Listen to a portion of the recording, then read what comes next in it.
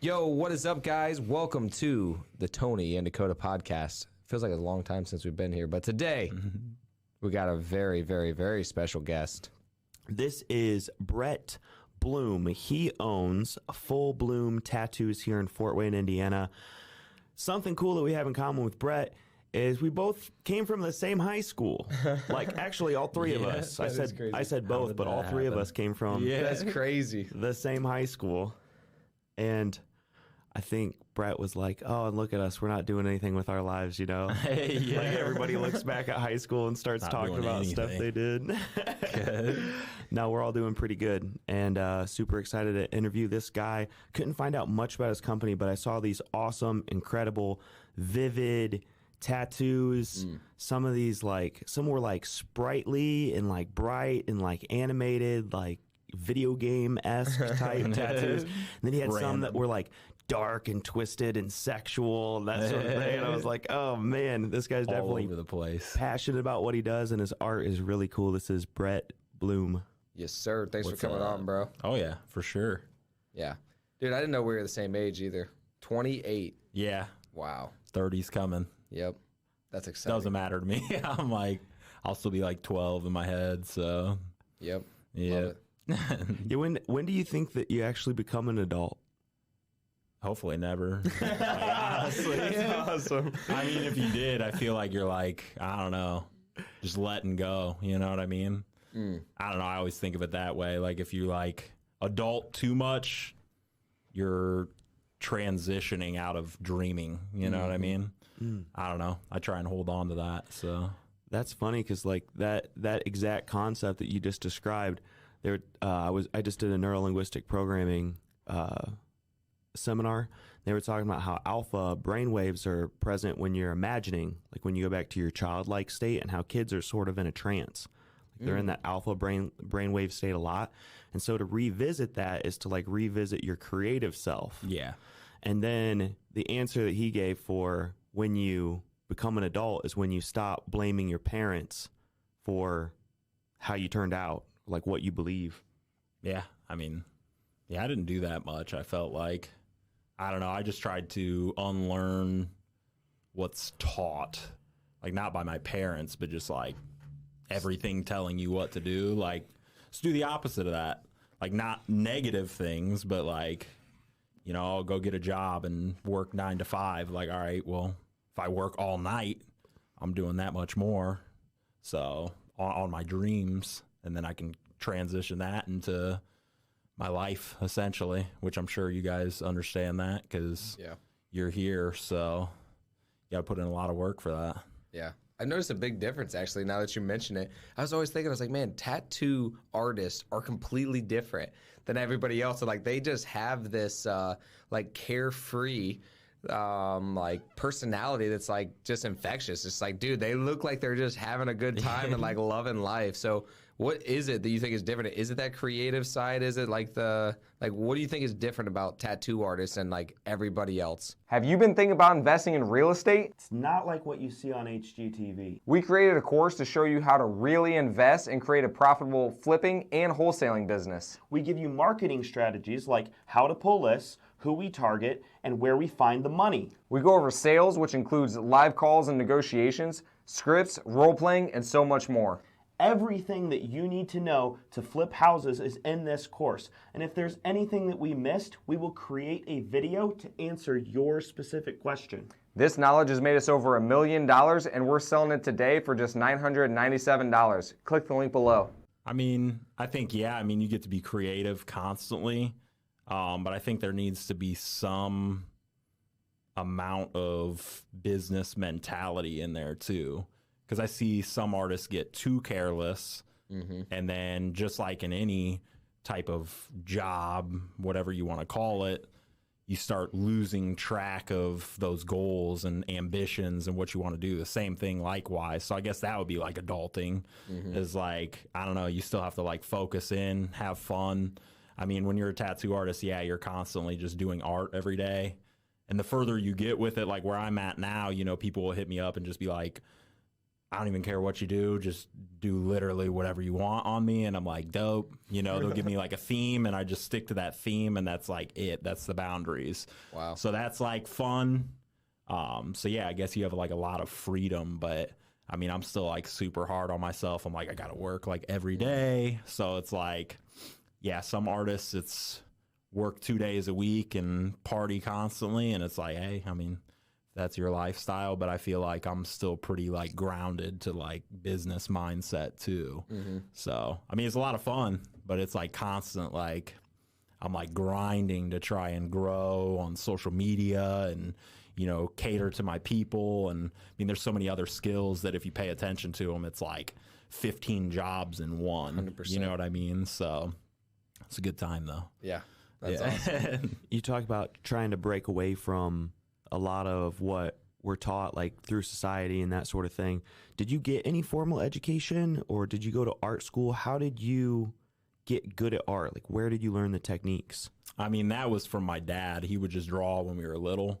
So, I mean, that transitioned into the whole dream of what this all became anyways. Like, he wouldn't tattoo when we were young, but he'd always be painting and drawing or whatever it may be.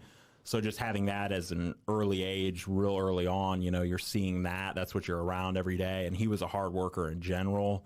So when he was really in his art, you know, when we were very young and was forcing himself to put the time towards that artwork, we were just around when he was doing it. So that just kind of like created that ambition, you know.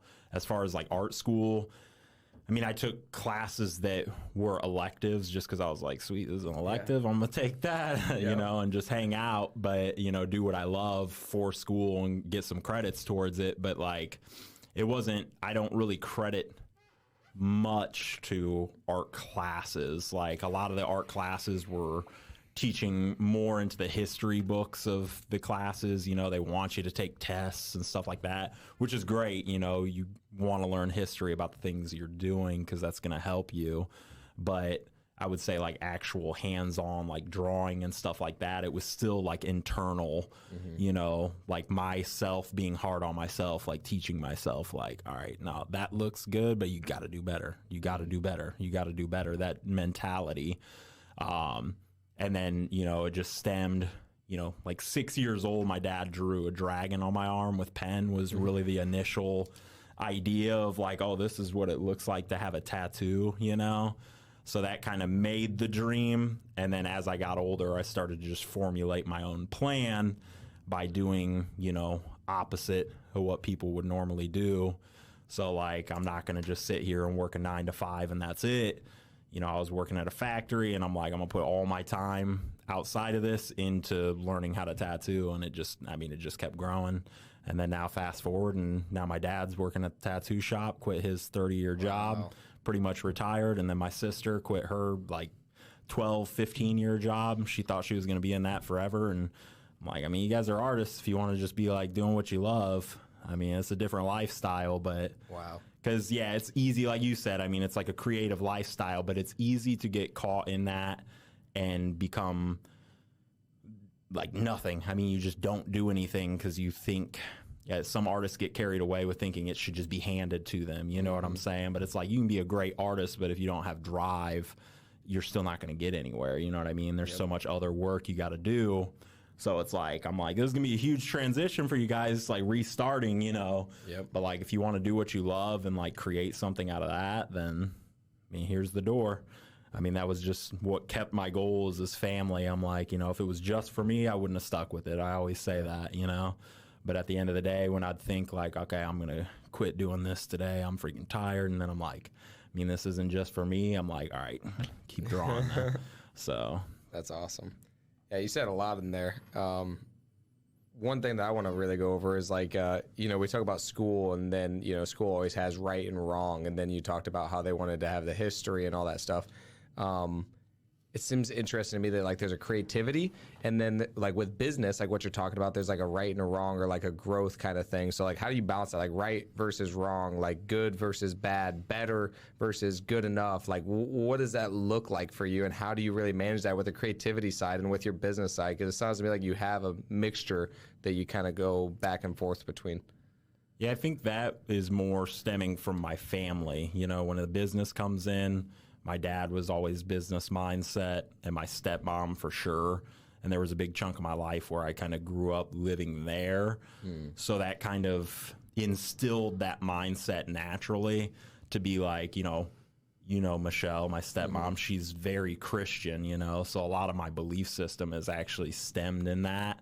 So, when I am making decisions, I mean, I feel like I have a good base of like, okay, like this is just a bad idea, you know what I mean? Like, or this is good. And I feel like a lot of people, it's difficult for them to make the decision that's good because it usually leads to harder work. So for me, it's easy to pick like between two things because usually there's two options. It's usually pretty cut and dry. Yep. And I'm like, all right, this one's the one that I'm like, I don't want to have to deal with that. You know what I mean? Yep. But like, I know, okay, then that's the answer. And I just keep, all right, pick that one. All right, keep going for the hard work and just keep working. So I think growing up around that helped, which not everybody has that. So I'm blessed to have had that. But I think for people who don't have that around them, they should try and surround themselves with people that are like that, because that's going to help too. But yeah. Yeah, off camera, you were talking about, balance of life. Because a lot of what I hear you say is very much like I've experienced the way that Tony and I think. We think, okay, not necessarily what's going to be the easiest, but what's going to get us to our goals. And then a lot of times what happens is that we're so, or at least I'm going to speak for myself, I'm so future oriented that I forget to be present in the moment and enjoy what I'm like experiencing, doing, living, loving. Like I don't experience that at all. Because when I'm with people, I'm like, okay, where am I going? What's next? What's next? What's next? And they talk, I read a book a lot about gap and the gain. So what are you doing differently now in your life that like you're wanting to get that more balance? And do you experience any of that, like always looking to the future? Yeah, I mean, I definitely am like constantly looking at the next goal and the next step. But like, I think, family and especially also trying to now, this is kind of like not on social media at all right now, but trying to build a family with someone, that's kind of reinstilled, like that means so much more and keeps you in the moment a little bit more. Like not everybody has that, you know what I mean? But like for me, that is reminding of the balance because I've never really been able to put my mind into more of that balance and stop focusing so much on the goals. Like it's great to have goals and keep going, but even some of the best, let's just say famous quote unquote people will also, when they say motivational things, say like, doing more isn't really always accomplishing more, So that's where that balance comes in. And I feel like here recently I've been a lot happier trying to focus on my partner, trying to focus on my family and integrate the families together. And, just family has always been very important to me. And now, with somebody that I'm actually going to get married here soon. Wow, so that's like awesome. Focusing on that has for once put somebody as more of a priority. And I think that's a good thing. I've been able to transition a little bit off of the social media kick for a second. And it's like, it's not negatively harming my business. It's like, it's still there. It's still growing. There's always time to plan things, but sometimes I feel like you got to kind of slow down a little bit. You know what I mean? Because if you're not like in the moment, it's like, I feel there could be a real fear for people. It's not something that I fear really much on a constant, but I think about it once in a while of like, you keep going. You're going to get to a certain age, I feel like, where you look back and you're like, what did I experience? Like I wasn't even present for those experiences. I was just like over here, like always, and I think it's good to try and get outside of that habit a little bit because I mean, just like you said, it's like you're focusing so much on what's next. It's like, it's probably not the healthiest thing too. I mean, it's great for being driven. Yeah. But like, I think you need to rationalize with yourself once in a while. And I feel like people like us, I don't think we step back much and really see like how much have you really done? You know what I mean?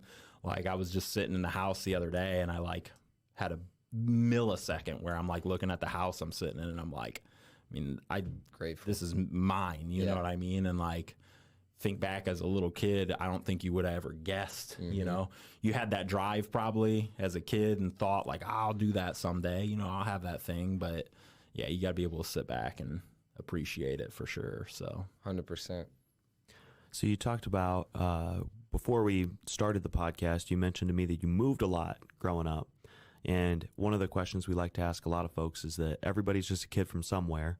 So like, where did you come from? How did you grow up? What was it like? I just come from Indiana, the surrounding area, you know, because I was like originally Elkhart. And hanging out with the Amish? Yeah, pretty much. No, I mean, I actually haven't ever really hung out with Amish, you know. I hear it'd be a good time. That's a fun art idea. You should grow out your beard, put like a head on, but like be like the tattooed Amish, you know. Like, there we go. There's actually somebody that plays that role. I'm not even joking. I think he goes by something similar to that exact name on social media. I'm not even playing. But yeah, I don't know. Can you repeat the question again? I mean, I just want to make sure I stay streamlined. How did you grow up? Or like everybody's just a kid from somewhere. What was it like? I mean, there was a lot of moving. It wasn't because of anything like negative. We just moved a lot. You know, when I was with my mom, it was like, it's more so like what's going to be smart for bills. You know what I mean? You'd get into a situation when I was younger and I felt like they'd get into a house that, all of a sudden it has like a changing rate or something. And it's just, you know, they can't balance, you know, we got to feed the kids and do this and that. And, you know, my mom was always working hard when we were kids. So it's like she was always thinking of like, where's the best place going to be for us to go to school? You know, where's the best place for us to live, you know? So there was a lot of moving a little bit in the beginning. And then I continued to just move a lot. I kind of kept that habit. Like I was living with friends sometimes. And like, I think after the first couple times, you know, when you're a little kid and you move, like you're kind of sad about it. But then I think that grew into a lot of helping me grow as an individual. Cause like I've been around so many different people and so many groups of friends. And, you know, it just got to a point where I'm like, all right, I'm cool with just growing up everywhere I'm going, you know what I mean? So I didn't have like a stationary, like grew up here type of thing, you know, because as soon as I was like stationed in a spot, I was like moving again. So, you know, so I mean, yeah, genuinely, I'm just from Indiana and been all over the place in Indiana. I mean, so I think it's formed and shaped me pretty well. Like I said, just dealing with people and stuff, I feel like I've befriended a lot of different types of people, you know, and every school I went to, it was like nobody was like my enemy, you know. It just felt like I tried to be friends with everybody, you know what I mean? By the time I was at East Noble, I was a little drained. I was like, all right, maybe I'm tired of moving, but I was a little more quiet by the time I was to East Noble, just because I was like, all right, I'm gonna stay to like, all right, close-knit groups and stuff, but still, I think it helped shape everything that I am, so. Yep. I remember you were still always nice. You're always cool to people, even when you're... I tried to be. I mean, I hope it was nice. I mean, it's like I think back and I'm like, you know, all the different people that I would see on a daily basis. There was just nobody that I was like bully to or anything like that. Like if I saw that kind of stuff, I just remember specifically even as a kid, like I remember people getting bullied. I remember my mom would get like calls from the bus driver and the bus driver would be like, you know, normally he'd be expelled, but he pushed this kid for bullying this, you know, kid that, you know, rides the bus at the front. And, you know, I just wanted to let you know that it was actually really good what he did. So like, I like didn't get in trouble that time or something. And I just remember trying to like stand up for people. Yeah. It wasn't like all the time, but I also just don't like drama either. Right. It's still the same way. You know, there's a lot of drama. I'm sure even in the business you guys are in, maybe you guys are able to streamline away from it. But I feel like everybody's all about like competition when you get older too. And it's just like, it's cool and all, but like, I don't know. It's just, the drama is just like, I'm good on that. Yeah. I wrote that down as a question for you because I've noticed that about you now. I just noticed it actually just talking to you in this. I noticed that you are very positive and like you like to stay positive, and then you use words like negative, but I want to hear what your definition of negative is, because it's interesting how things can always seem like positive or negative at the time, and then you go through the negative stuff. Like for me, I've experienced some stuff and like some traumatic stuff that would be viewed as negative, but it also like shaped me into this crazy, beautiful person that like experienced it without that experience of negative or what other people would view as that. So yeah, I just want to hear like what your definition of negative is. I mean, I like to keep my explanations and thoughts on things pretty simple. So I mean, negative literally would just be bad. Like something that's bad, you know, like anything in your life even that like happened that was bad, you know, is negative. You know, I just think good, evil, you know, break it up simplistics, and it really helps like condense the mind frame into like picking and choosing a pattern. You know what I mean? Like if you simplify these crazy things and just be like, this is all it is, then you can, help kind of pick your way. But obviously, like negative, like you said, is also a good thing. And that's, I mean, negative has to almost continuously happen for you to grow too. Yeah. Like, I mean, it sucks when it's happening, but I think, you know, when it comes to things that you can control, negative, like in people that are around you, negative in drama and stuff like that, like you can shut it off. Right. I mean, it's difficult because like when people are negative, they can, I mean, especially in this day and age with social media, you just, I mean, it's like a mob, you know what I mean? And it's like, there doesn't even have to be truth to the saying or whatever it is. It's just like what it's being said is being said, like good luck, you know? And that's a messed up time to be in. But, you know, even in situations that I've been in with that kind of stuff, it's like, what's the worth, you know? Like if you know yourself and you know that you're genuinely out trying to do good by people, you're, you know, constantly just, I mean, you don't even got time to do all of that negative stuff, then it's like you just have to stay streamlined, and it's going to be, you know, there's been things like that are really depressing, and it's messed up that people can do that to others. And I would say that's like the worst form of negative is what other people can do to you. And I think, you know, that's going to build you still, as long as you can just keep a mindset about who you really are and live every day like I'm trying to do good. Good from the, you know, positive from the negative. But while you're doing the positive, you're still going to get that negative, because I always think the saying there's an equal and opposite reaction at all times.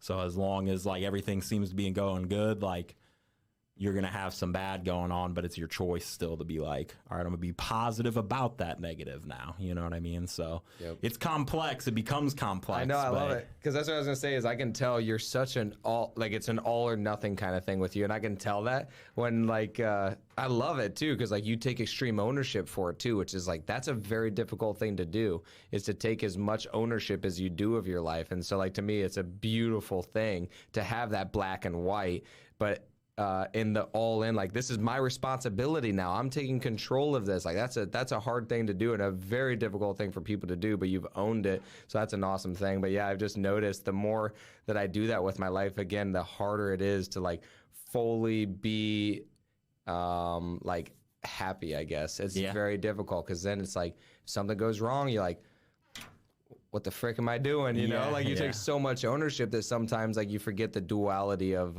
life. And, and all the gray area. Yeah, there's a lot. But it's so, I love it. Like for me, I'm like, dude, that's freaking awesome. It's a hard life and you're choosing it, which is like, to me, like respect. Yeah, but I've always said to like, to people that aren't just following their goals, you know, it's like, it's equally as hard, the hardships you're going to have to sit and do nothing at all.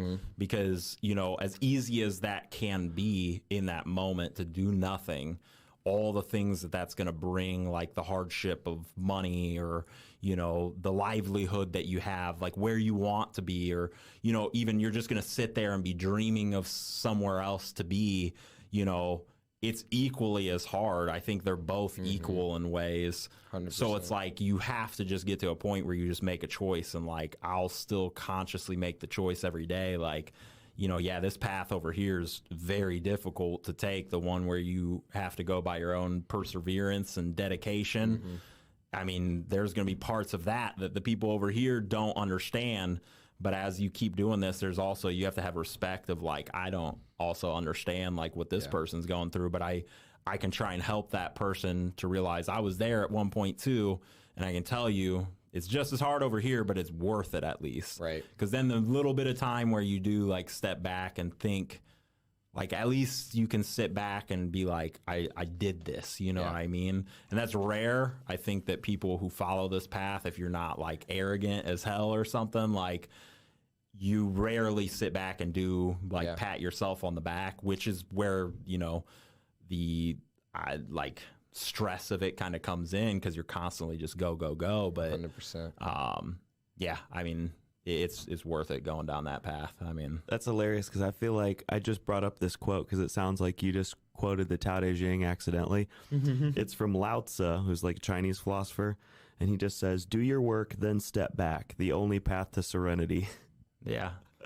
I mean, it's hard, dude. It's hard sometimes to like sit back and like, I think sometimes it's almost saddening, you know, like people don't really see, it's easy to look from the outside in on anybody, you know what I mean? Even somebody not doing shit, you know, and think that, I mean, you don't understand what they're going through, but I think it's easy for people to look at people who are accomplishing something and be like, yeah, they just got it all, you know, like there's a lot you go through and mentally break yourself down to like nothing. Must be nice is kind of a trigger. Yeah, yeah. Dude, it's like people thankfully don't say that to me, but like I would be like, "What are you talking about?" Yeah, I've heard must people be say it nice. about other people, and I've heard people say it about like somebody said it about Dakota once, and I was just like, "What are you talking about? Like you don't see all the work that goes into it, and that's where or, it's you like don't understand." unfathomable because like if you're sitting over here doing nothing, and you're saying must be nice. Get put in these shoes one day and you're gonna be like, that's not nice. Like, I mean, you teach yourself to be like, this is what I want, and It builds I your capacity appreciate to do this. more. Yeah, you're like callousing yourself, you know, but like it ain't must be nice. Like That's what I actually just explained that to my dad yesterday. So I'll tell like a situation. I don't know if he'll be fine. yeah, you're like So, I was over at my dad's house yesterday, and he wanted, like, there was this Amish guy who was supposed to come over and purchase his property. So I go over there to do the paperwork and help him through it. The guy didn't come at 4. It's 4:30. My dad's just getting, like, pissed off, just frustrated. He's like, man, well, we must not want it that bad, and just getting pissed. I'm like, Dad, this happens to us, like, 5 times a day. people aren't even prompt anymore 5 anyway. times, So like 5 times a day, but then... Brett, except for Brett showed up 30 minutes early. We weren't even ready. yeah, are we ready yet? Yeah, but he's like, I had my coffee. Yeah. But so he's just getting frustrated. I'm like, Dad, like, we've had people who sign contracts and then back out. I was like, and I told him a story about one that was supposed to close. We went through everything. We went through the inspection response. We fixed everything they wanted fixed. Cost us $10,000. We're literally supposed to close the next day, backed out like that. And I'm like, man, that would break most people because they have one property. That's the one house, and then their whole life falls apart. Yeah. That happens to us on basically a daily basis. Big bullcrap stuff like that happens. So I'm like, the cool thing is that's either going to make you really hard and calloused and pissed off at the world, or it's going to develop your ability to realize that it's really not that big of a deal and to develop those skills to, like, it's an opportunity. That's why I talk about negative and positive, because to most people that'd be a negative. But to me, I am so grateful that we get to go through so much bullcrap every single day, because now it makes you that much better. If you can go through extreme amount, what 90% of people will go through in their entire lifetime, we go through in a week. We get to go through all of the negative things and just like turns us into something else. And I'm sure you deal with a lot of other bullcrap too. Yeah. And you're just like, it develops you into a different person, and that most people won't have the opportunity to, because they don't put themselves in a situation to have those negative outcomes or negative situations even happen. Definitely test your patience, and patience is key. Like I just go to like simple phrases and terms that like I've just heard when I was a kid, you know, and patience is key is one of them. You know, I lose my patience easy for dumb stuff, but like the really important stuff, like when I'm dealing with people, I'm like, I have a bit more bandwidth of patience, you know what I mean? I'm like, you know, this person is going through plenty of stuff I don't understand. So even when I have a situation with a person being late, or, you know, I may restate the importance and my time, you know, to that person, but very cautiously and a lot more calm, so that it's like, I'm not trying to come off unprofessional or anything like that. So there may be reminders, but it's like, you still have to have patience with that. Like, and then, yeah, when something goes downhill, like I've had clients where they show up and I was told do anything, literally anything. I got nothing to put in about this. And this happens, I would say, maybe once every 2 months or something, because that's just the type of clientele I have now. And then they'll come in and it's actually way more streamlined towards, well, I really like this, you know, and it's like, even in that situation, I find I'm like, you know what, it's better off being calm about this and just explaining to them like, hey, this is what I was told. This is why this came to here. And we're going to do this in a professional way of like, let's just move this to a sooner date. I'm working 6-7 days to begin with, but I'm going to move you to this couple weeks away, so you're not waiting that long again. And I'm gonna work 7 days that week just to get you in close. But now that I've been told, you know, we were both in a mix up here. So I try and also be understanding, you know what I mean? And plus, yeah, with the late thing, people are not prompt for much these days. So like, I usually try and be like a little bit more patient, but like sometimes if people are super late, I'm like, yeah, we're rescheduling this. Yeah, it'd be funny if you just like have it in your like agreement contract or something. Yeah, like all right, if you're late, every hour that you're late, it's $200 an hour that you're late, or charge even more than what people your hourly will do rate. that, and like it's like, you know, if I was, you know, there may be a day that comes where I implement something like that, but there's a lot of things Not too trying to where collect a bunch of I look at one-star that- reviews. Well, I look at that as like good and bad, you know what I mean? Like that's like a bad thing for me to do. It's just not a tasteful quality. Sure. You know what I mean? Like there's plenty of businesses that do stuff like that, but I'm like, I don't really feel like being that business right now. I'm very slow to even raise my rates and stuff like that. Very patient with things like that. Yeah. Because I try and find the most tasteful time frame to do stuff like that too, you know? So I'm like, it'd be different if you're like a struggling artist and people keep doing that to you. I think maybe implementing something like that to get a point across is good. But like for me, it's like, I just wouldn't do it. I know you were like kind of joking, but at the same time, people do that. No, and I'm like, I'm being serious. I'm like, man, dude. I don't want people to like, I want them to still get this tattoo. And if they miss their appointment like one time, I usually have amnesty to be like, all right, it's okay. I'm going to be gracious here. And I am not struggling. And I'm pretty smart with how I do my finances and stuff like that.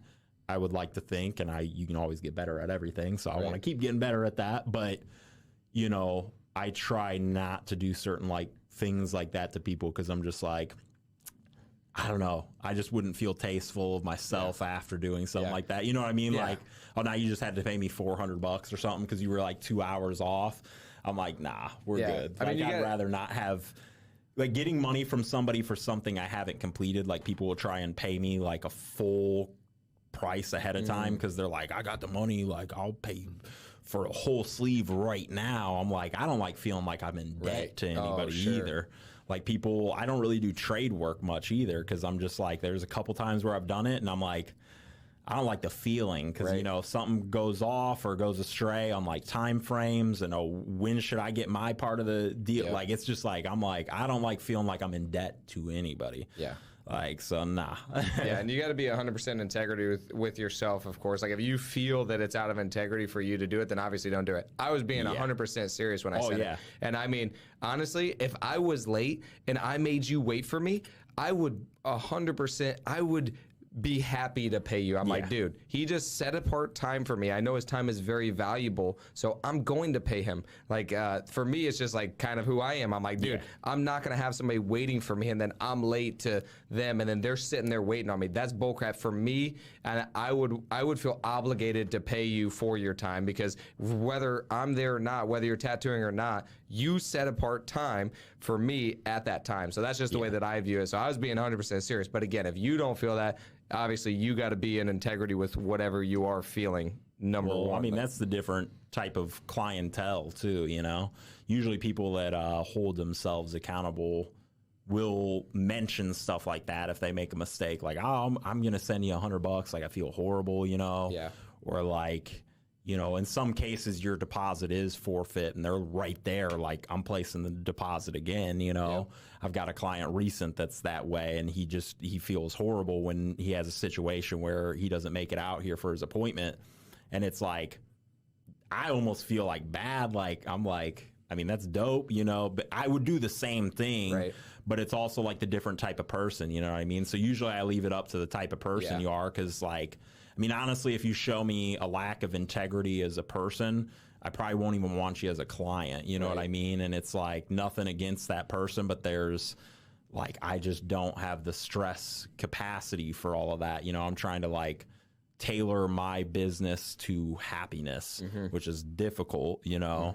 But the less stress that I can have, the better off 100%. That's going to be. Because it's like, if I sense that a person's hard to deal with, I mean, I don't even do refunds on deposits, but it's like, if you're showing that you're very difficult to work with, it's just no problem. I mean, that's here you go. Here's your money back. Yeah, but it may be a situation where I professionally say, like, you know, this just isn't probably the right project for us to go into, you know, no offense, which I'm sure they would take offense. That's so rare, but it's like some people just don't mesh with others, you know, and there's an artist for everybody, so like you can't be mad at it either. But I think that just comes down to like what type of person you are, because I've had people be like, hey, I'm sending you a little bit more money for this being like this. And even when I've had to take off, I was sick for like a month not that long ago, like, and there was a couple during that I had to reschedule. And I mean, I would take $100 to $200 to $300 off sometimes, you know, and it's like, they're not asking for that. They understand. Like, I rarely reschedule, but it's like, I still feel horrible. And that's the type of person I am. So I'm like, hey, I'm, you know, if you missed your appointment and like day of, like, telling me, like, then I'd probably expect the same from you. Like, hey, half your deposit's going to be lost or something like that. Or you don't even call or show or say anything that whole day, then full deposit's lost. Yeah, that's bullcrap. That's so it's worse. like, if I do something equally, I'm trying to do something in return. You know what I mean? So that's just people person stuff. But that would be an opportunity. They just don't say anything. Ghost. Oh. Yeah. You're like, well, thanks for the deposit, I guess. But now I don't get to work today. So you said that you're super gracious and patient with customers, and that probably leads to better reviews and that sort of thing. Yeah. I'm going to take a guess where you're least patient, because you have this bomb-ass epic vehicle outside. It's all blacked out. It's a Mercedes. It's a really nice car. Is it like a V8 or a V10? It's all-wheel drive. Yeah. Dude, that's a sick car. But the stereotype for the Mercedes driver that has a vehicle like that is that they don't mess around when they get in traffic. Is that one of the places where you're least patient? Sometimes. I mean, I like baby my vehicles. That's my fun vehicle, like the winter car, which I'm telling you, that thing was way cheaper than anybody guesses ever. I'm going to guess 50 grand. Way less. What? Yeah. Oh, was it used? Yeah. Oh, okay. But I mean, you can't tell. And like, you know, usually I don't go with used, but like now I have a second vehicle. So it's like Is it all-wheel drive? And that's where the smarts of money management is. You know what I mean? I'm like, I don't need a whole brand new vehicle. Just because you can go afford it. Like, but that's where you become a person that has money and can't afford the things you have. You're like in debt to the things you have. So I was like, you know, I mean, I'm getting something fun for my second one, but that's awesome. That thing's fun. And I find myself in that being the least patient, but then I have a Hellcat as the main one and I drive like a granny in that. Like, really? I baby my vehicles, dude. That one just like a whole 12 miles per gallon out of it. Yeah. Well, surprisingly, dude, I had to drive that all the way to Maine because I didn't have a second vehicle at the time, and it was getting like 25. Wow. Yeah, I was like impressed. Yeah, that's impressive. I was like, this is surprising. But it like the newer ones, they have like a little eco leaf on it when you're driving in normal like auto mode. I didn't know the Hellcats did that too. Yeah, dude. Like they drive really freaking well. I mean, for that much horsepower, like that's sitting at 720. Like that thing is crazy. Yeah, it's so much fun. But like when I have vehicles like that, like, you know, usually I don't have a second vehicle, but I really want to keep that Hellcat because now the value is just going up on those. Because they're not making them anymore after this last lineup. So I didn't know that. So they'll be discontinued and then they're just going to keep going up. So I'm just trying to keep that. And that's why I have the second vehicle. So usually my main vehicle, I'll have a vehicle for, years and barely ever be punching it or anything. Like, I mean, I definitely have fun in it, but like, that's the one I drive like a granny. I'm just like, people be hilarious. People be like, do a burnout, or like, they're like, rev it. And I like literally will act like I don't even hear them. Because I'm just like, not trying to be mean or nothing, but I'm just like, this thing is my baby. Yeah. Like, I don't need to rev it every time you're telling me to rev it. Like, this is my investment. They're like, rev it. They're like, rev it. And you're like, Yeah, just barely. I just barely like 5 miles an hour. Are you letting deals fall through the cracks because you don't have good systems in place? We've been there before, and we've tried several different CRMs, and Ari Simply has been the best. Ari Simply tracks your KPIs, does automatic follow-ups for you, and even records your incoming phone calls. The system is simple to use and has more features than we even know what to do with.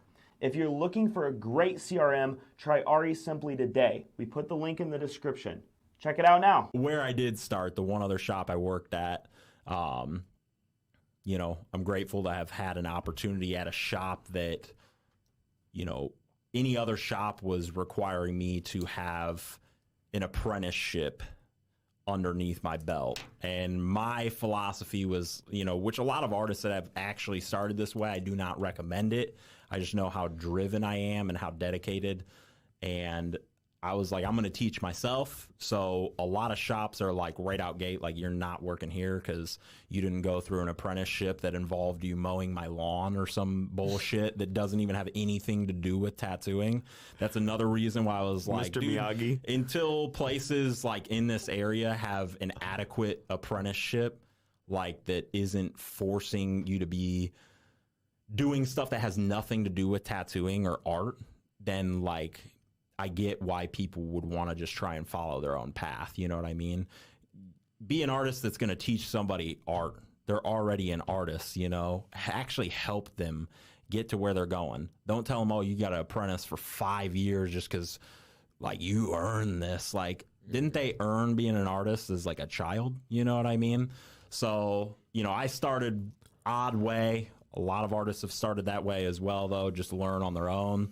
And, yeah, only worked at one other shop. And then from there, just, you know, I always had the goal of like, I'm going to get out and do my own thing. So when the time was right, which was not probably when the time was right at the beginning of the pandemic, literally a week before, I like signed on a building. I'm like, let's do this, you know.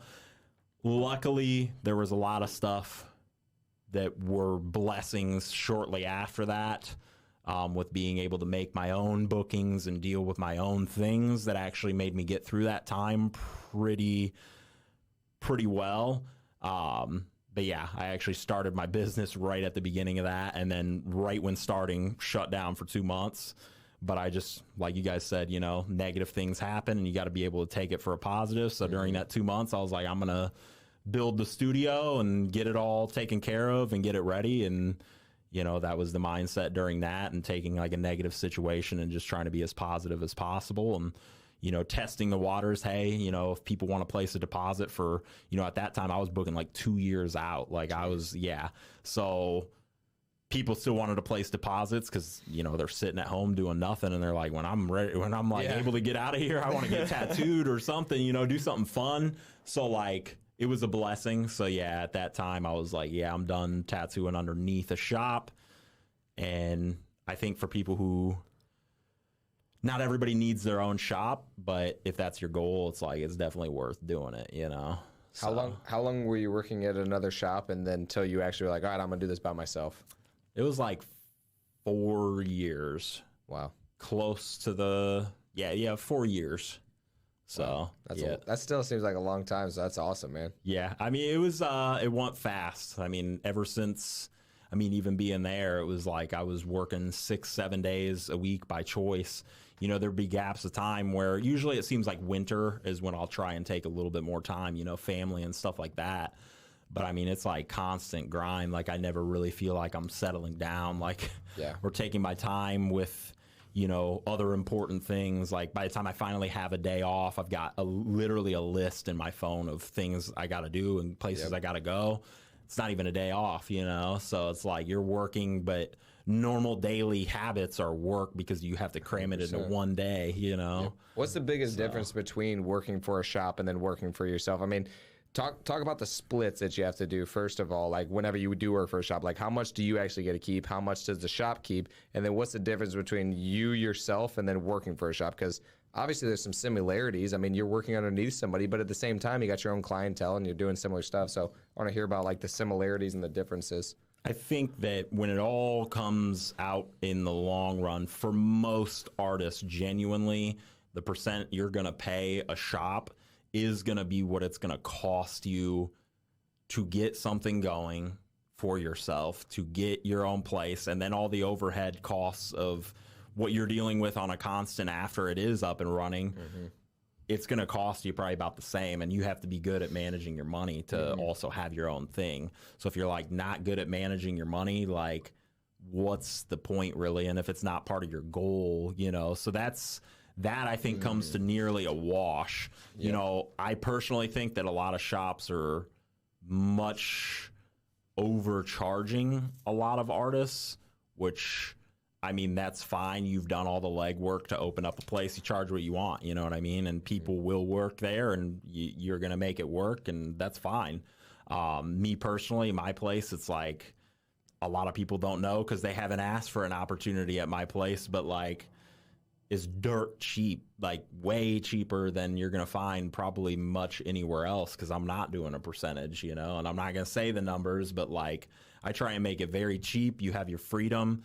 It's very different. Like I'm not setting it up in a way that, you know, you have to pay for a front desk and you have to pay all this extra stuff that's going into my pocket at the end of the day.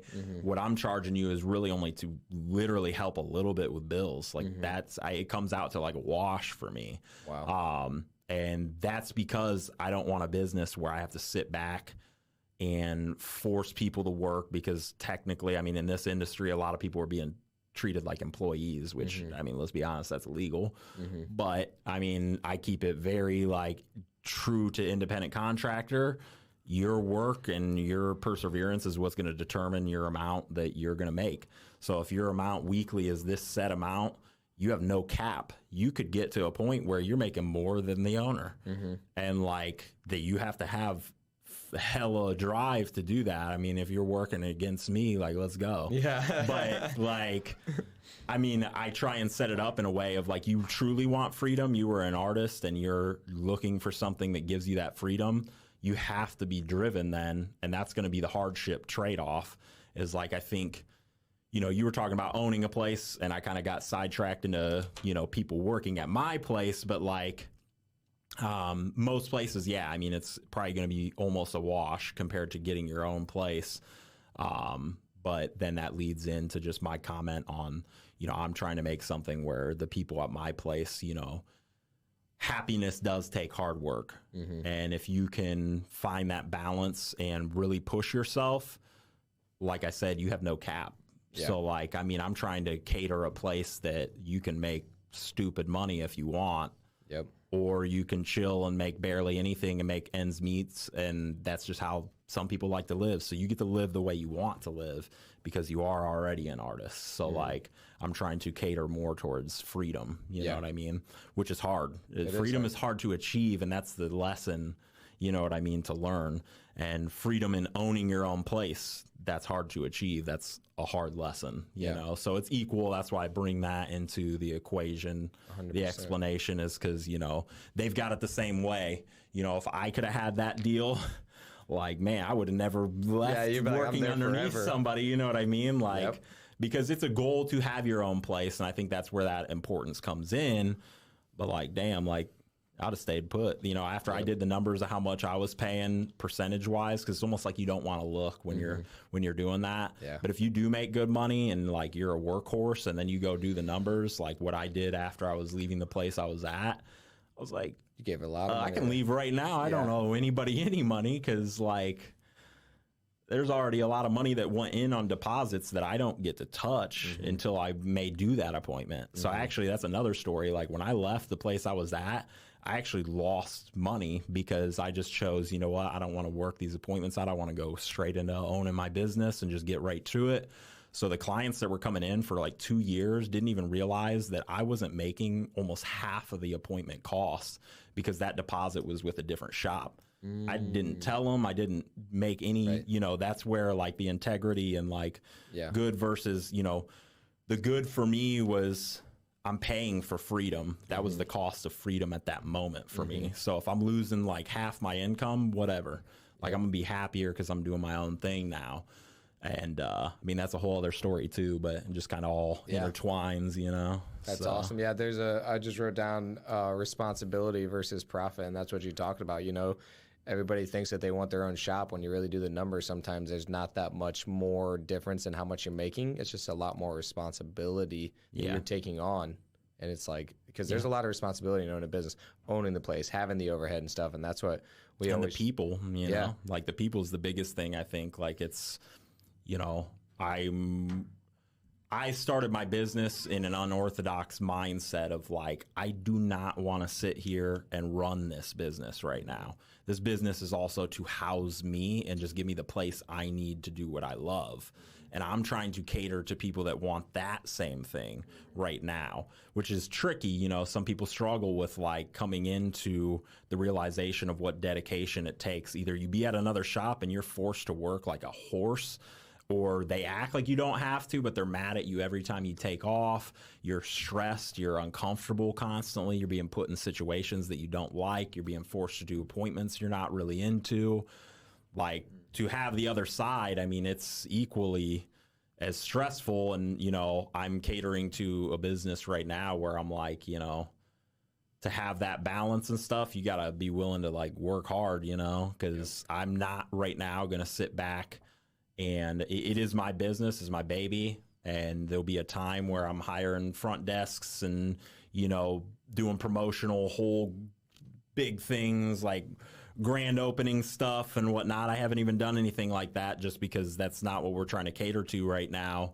But there will be a time where that happens, and that's just as much work, you know what I mean? Yeah. But like, yeah, taking care of your people and all the different ways that each individual learns, you know what I mean? Like when you open a business, it's not just cut and dry, you know. Your people are important, and you got to know how to like cater to them as well. And like if somebody's struggling, you got to be able to try and all right, let's figure this out, you know, and get something going, you know. Like it's a lot, you know, you're taking care of people. So that's a good point. A lot more responsibility for the people too. Yeah, like you said, responsibility. So yep. What's your biggest struggle right now? I think the biggest struggle constantly is still balance. Honestly, I mean, I've had a lot of difficult moments in the recent years that kind of threw off balance and threw off my headspace. But they've reshaped me and taught me new things, you know, but really, I only say that because recently I was sick for like a month, and that threw my fitness all out of whack, which I'm like, I had finally gotten over like 230 pounds, which was like a plateau for me. So I was at like 233. Jeez. And that's the weight where I'll hit and then start leaning out. So I really mainly only say that because the fitness got all out of whack from being sick for like a month. But, you know, even outside of that, it's still always balance. Like I'm always thinking of that key word as like, what am I focusing on too much? What am I focusing on not enough? And I mean, you get carried away with that mindset too. But I think one of the more, you said like, what's the most difficult thing recently? Yeah, what's your biggest struggle right now? I think just trying to find new fun things to do outside of just constantly go. You know, being with my fiance now, we've got a lot that we're planning towards that's like, I mean, the most exciting things to think about. Not really talking much about that to people, you know. It's something now that like I've gotten away from posting about that kind of stuff because it's just like that's not really much of people's business, you know. I mean, everybody's about like social media and like, oh, what needs to be shared, and it's like, I think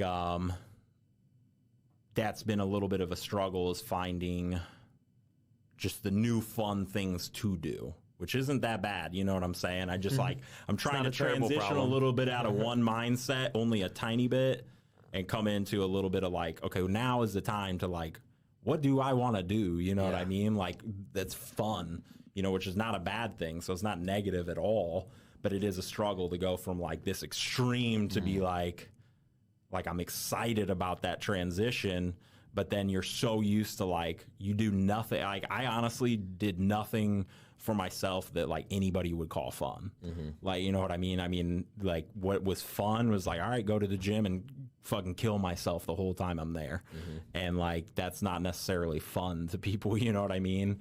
And now it's like, all right, let's like plan trips, you know, and do other things that's just like exciting, like life things that you hadn't thought about before, you know what I mean? So it's not a negative thing at all, but it's like, it's a struggle. I'm like, I gotta come out of that just a hair, you know what I mean? Outside the box. I'm in this like freaking crazy go mindset box. I'm like, let's go outside of that for a second, you know what I mean? That's a struggle. Yeah, I think like I said, not a bad thing though. Yeah, I think a lot of people would find it difficult to relate to that, except for the high achiever. Which honestly, if you're watching this, they probably are a high achiever, because like, who watches freaking podcasts or anything like that? I barely have been lately too. Yeah, like, I mean, I do sometimes, but like, I was a lot more recently. But yeah, I'm like not that much anymore.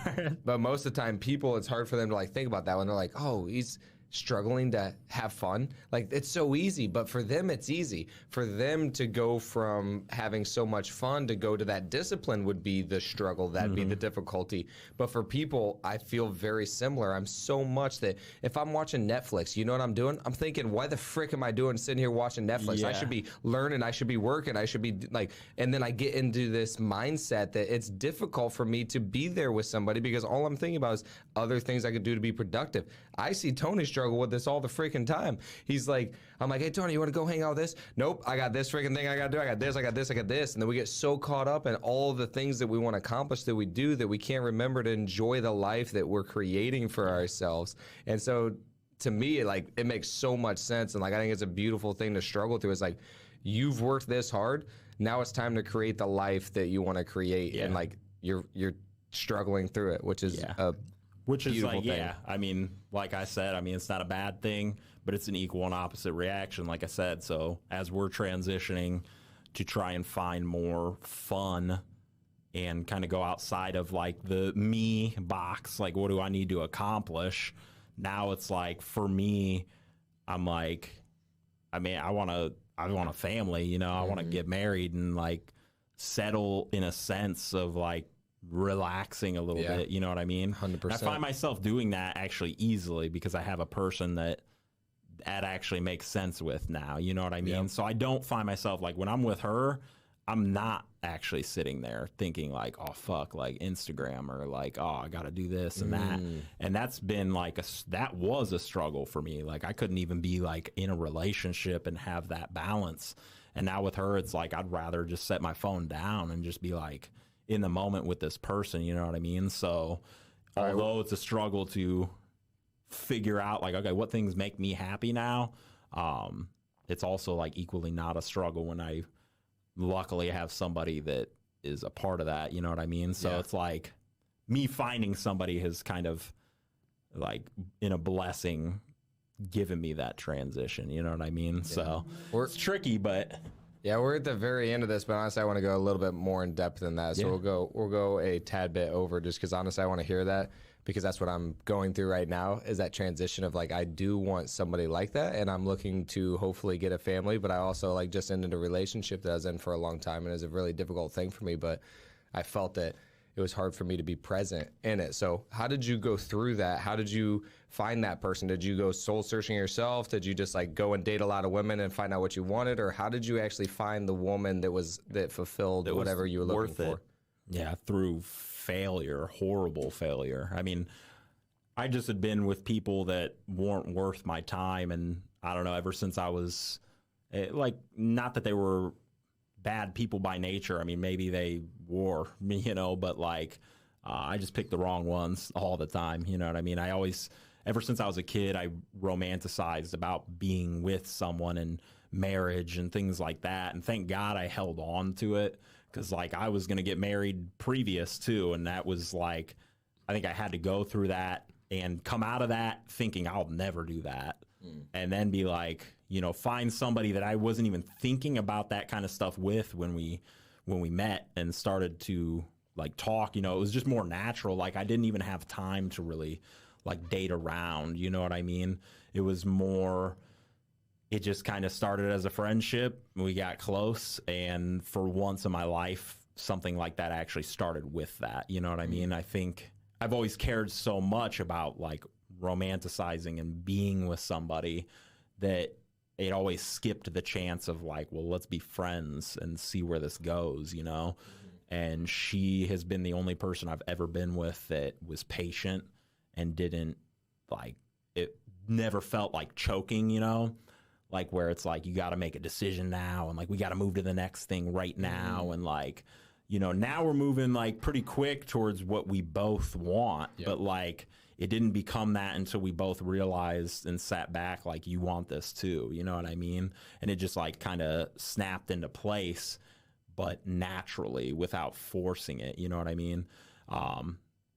The people that are close to me tell me that I've been used maybe for the type of person I am, like what I am on social media or something like that, which, I mean, I can't say there's truth to that, but this is what I've been told, you know what I mean? So just a lot of relationships looking back, it didn't feel like a lot of the decisions were actually my decisions. It felt like I was making these decisions because I felt I needed to be in this romantic relationship that probably wasn't even real, you know what I mean? Like, not that it wasn't, not that that person didn't care, but like, this is the first one that doesn't feel like it's just played, you know what I mean? Like, it's like, no, this person, I mean, there was a time where I didn't know if it was going to go anywhere, you know, and the thought of that and thinking deeper about it, and that person almost like kind of transitioned out of my life for like a split second, and I was like, nah, dude, this is wrong, you know, like I could feel it. I was like, nah. Like, I was afraid. That's all that made me that way at that time, was like I had been through so much that I was like, well, am I even willing to do this again? You know what I mean? And I think everybody has that. And even the people that were on the other end of that those relationships with me probably could say similar things about their experience. You know, everybody's different. But like, up to that point, like the feeling that I did put in my relationships, I don't think it was for the right people. And just when I finally found the right person, it just slowly but surely, naturally showed itself. You know what I mean? Yeah. That's like tricky to, you know, even wrap your head around, because like, if you've been through so many past situations, you have trauma, you have like PTSD in different sorts of ways, you know, and you have to be like willing to allow somebody that could be the potential person for you to be like, all right, yeah, let's like see where this goes. You know what I mean?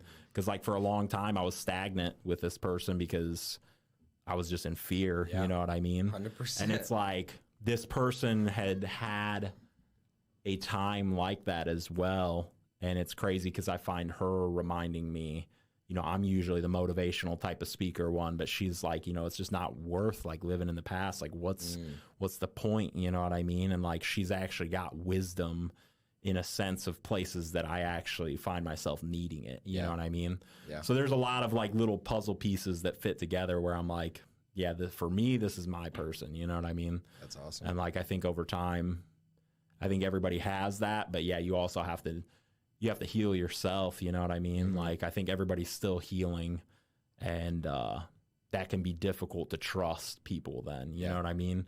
But like, you're missing out if you don't try, you know what I mean? Yep. So, I mean, you're saying, sorry, this is a question for you, but you're saying you got out of a relationship, like the recent? Yeah. Yeah. How did that happen? You mean, how did I end it, or what do you mean by that question? Yeah, I mean, with Diana. Yeah. Yeah. So I don't mean to put you on the spot, but I don't know nothing about that. You know what I mean? I can tell you Well, I mean, I guess I can share it real quickly. I mean, basically, I was just in a relationship, for 4 years, and it felt like it was in a very similar place. And, I asked her, what would you rate our relationship? And she said a 6 out of 10. I was like, yeah, me too. It wasn't bad. We weren't fighting. It wasn't anything. And like, I still love her. She's an amazing person. And I'm like, why can I not get this to a 10? And I went to this seminar. They're like, okay, hey, the reasons that you can't get it to a 10 is because if you're in the same relationship with a different person, it means it's you. I'm like, perfect. It's me. Great. Now I just got to solve me. I got to fix this. I got to get past my insecurities, my vulnerabilities, my fear of my trauma from my past trauma of like letting go. So I was like, okay, if I just let go and like do this, I don't know if I was able to fully do that, but at the same time, it was very difficult for me to try to do that while I was in a relationship. Then I'm trying to decide, is this the right person for me? Is this not? Then I'm comparing what I want to the other person, and if they're going to be able to live up to that, then I'm also saying, okay, is it okay if I want these things or not? Maybe she doesn't have these, but do I actually need that though? She's got these other great qualities that are there. And so I felt like I was going into like this kind of mental loop where I was playing gymnastics and negotiating with myself and not really able to see if I actually wanted to be in the relationship or not. But I was so scared to hurt her that I just kept trying to make it work and trying to force myself to make it work because I care so deeply about her and I know how great of a person that she is. Like, dude, she's a 10 for like 90% of people. But for me, she's like not the right one for some reason. And it was just really difficult for me to accept. So. Yeah. And you came to the conclusion, too, that it wasn't necessarily that it was her, and it wasn't necessarily that it was you. There's a possibility it could be both. 100%. Like, I still have some trauma that I'm going through from, like, Baja, honestly. Like, when she left me, that freaking messed me up pretty dang bad. And so I'm still dealing with some trauma from that. Still dealing with some trauma from my mom, from things that happened in my past, which I've been going to counseling and stuff for. And at the same time, I also felt like she was maybe the wrong person for me. And so I kept going back and forth. Is she the wrong person for me or is it me? And I literally went back and forth like once a freaking week. And it was just so interesting that I never thought of the possibility that could be both until after I got out of the relationship. I'm like, you know what? She could be the wrong person and I'm pretty messed up like from all this stuff. So I think it was a little bit of both after all of it. Yeah. I mean, hey, accepting that, is good in yourself, I don't know. I think, I've heard the term like love is selfless, So I think, you have to be willing to just let go of all that trauma. Like, so much easier said than done, and that's a learning experience. And sometimes you can have a person that you can come through that because of them. Or sometimes you just need to go down that path alone. You know what I mean? Mm-hmm. For me, this person has been the alleviation of a lot of fears. You know what I mean? So awesome. Not that you don't have that PTSD or something once in a while like come up, but, I think that person that's going to be with you too has to also be understanding. You know what I mean? Mm-hmm. Plus, going into the level of marriage with somebody, that's like, for me, that's forever. Like, it's a big step. There's like nobody else in the world at that point. You know what I mean? Like, this is what I want, So me, I'm like zeroed out about it. I'm going into it and I'm just excited, So that's awesome. It just takes time, and I think you have to like heal. And I didn't think I would heal at all from my past 2 experiences, because there was a lot that I learned about one of the experiences after being out of it, and that's traumatizing too. You know what I mean?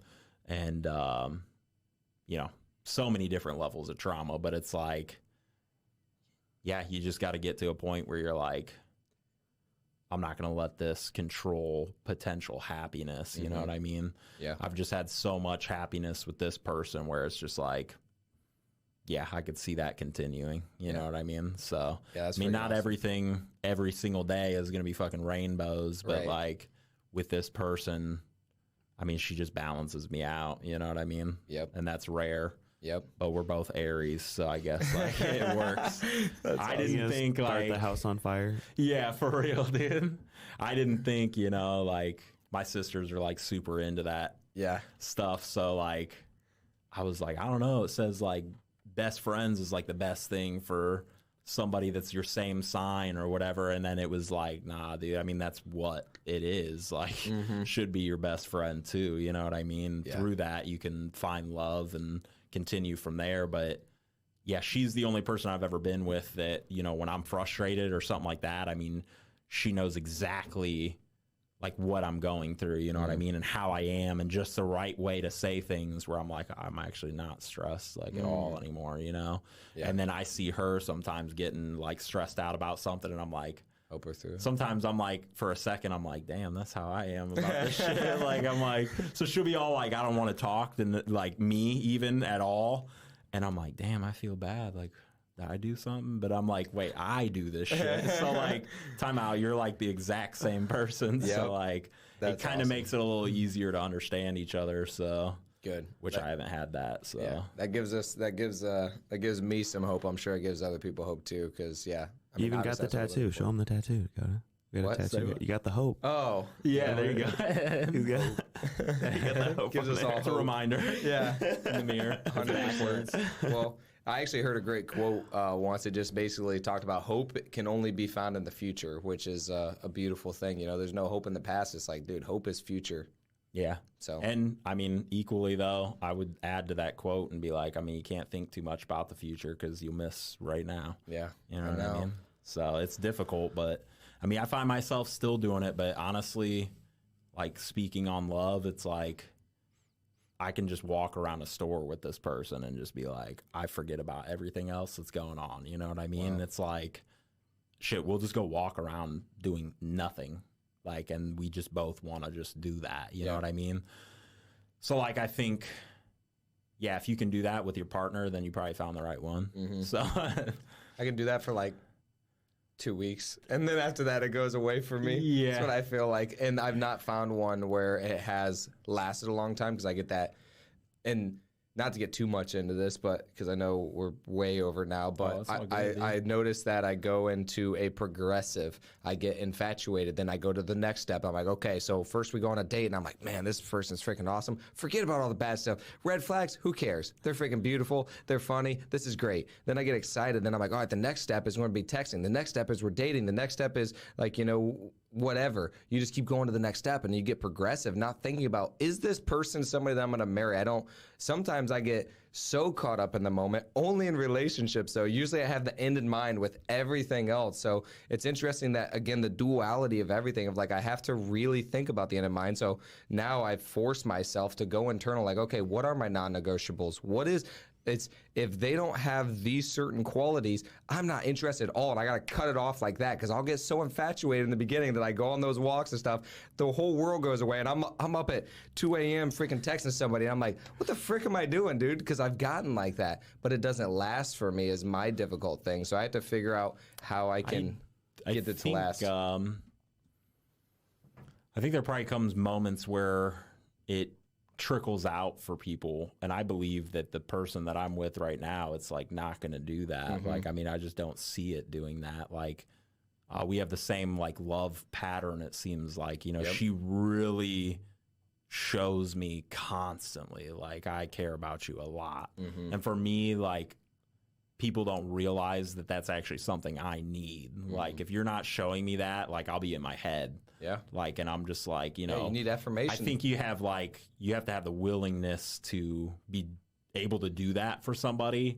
And yeah, like, love is a fucking long road too. It's like, you got to be willing to continue to do it too. So it's like, me marrying this person, it's like, I trust that I'll continue to have that with this person. You know what I mean? Yep. And she's also got a family that, I mean, her parents have been together for, I think she said like 20 years or something, long time, That's awesome. And my parents, who they are with now, is the same way, So we've got these standards around us of like marriage, what it's like, you know what I mean? And I've seen struggles with my family, so I think that things come into play at times. They don't have to. That's not going to be how it is for everybody. But I think, yeah, there has to be a very equal amount of like what is needed on both sides. Yeah. And the continual, this is what I'm going to continue to do no matter fucking what. You know what I'm saying? Yep. And like, yeah, I mean, it comes down to those internal questions in yourself. Like, do I really want that with this person? And I mean, if there is like so many red flags jumping at you that you really can't take it, then maybe it's probably not the right person. You know what I mean? But if you can see some things and be like, that's not really a red flag for me, and this is just how this person is, and nobody's gonna be perfect essentially, like actually, but you're like, this person's still perfect to me even with these things, like then it's worth it, you know what I mean? But like, if it's like growing to a point of like you just can't handle it, and you can't wrap your mind around it, and they are like true freaking red flags, then and if you guys can't talk that out and like have that person be even willing to understand it too, then I mean, I guess it's not worth it, you know what I mean? So we talked about being in the present, not going too far into the future. We're going to go 72 years into the future. You're 100 years old. We're going to go real deep with this question too. You have one final message to the world. So it's like a billboard. It's your legacy. It's something people are going to remember you for. It could be a sentence, a paragraph, something meaningful to you that people will be like, wow, I'm glad that Bret gave us this final mantra, message, lesson. What is your last message to the world? You're on your deathbed. You're 100 years old. What is your final message? Follow your goals and keep the people close that you truly care about. Put just as much effort into those people as you do your goals, and really try and find the balance between that. That way you achieve your goals, or at least come close to what you wanted in life, and you have people around you that actually care about the same things, because it's important to help others grow as well. I mean, there's no other feeling like that. 100%. So I think I'd keep it simple and short, and that's probably it. Love it. Awesome. So, how can our listeners get a hold of you? Probably Instagram is the best, honestly. So it's FullProof, FullProof, Bloom, That's on Instagram. I just sent everybody right there. So make sure you type that in correctly, because there's probably a bunch of other people trying to fake there's it literally and stuff. There's been over 100 fake accounts now. I mean, a lot of them get taken down. People report them and stuff like that. But there's continuously always like 3 at least. It's been ridiculous. I just stopped even telling people like, that's not me. I'm like, if you don't realize this is not me, and I'm sending you like some fake link to follow and put your credit card in, that's not me. You know what I'm saying? They're like, you invest in crypto? That's usually what they are. Right. All right. Any final thoughts for our viewers before we let you go? I appreciate you guys having me. It was a blessing. I appreciate you two having me, and hope to come back sometime and do it again, honestly. For sure. Yeah, thanks for coming on. Yeah, for sure. Thank you guys for watching. Please like, share, comment, and let us know your favorite part. Peace. Woo!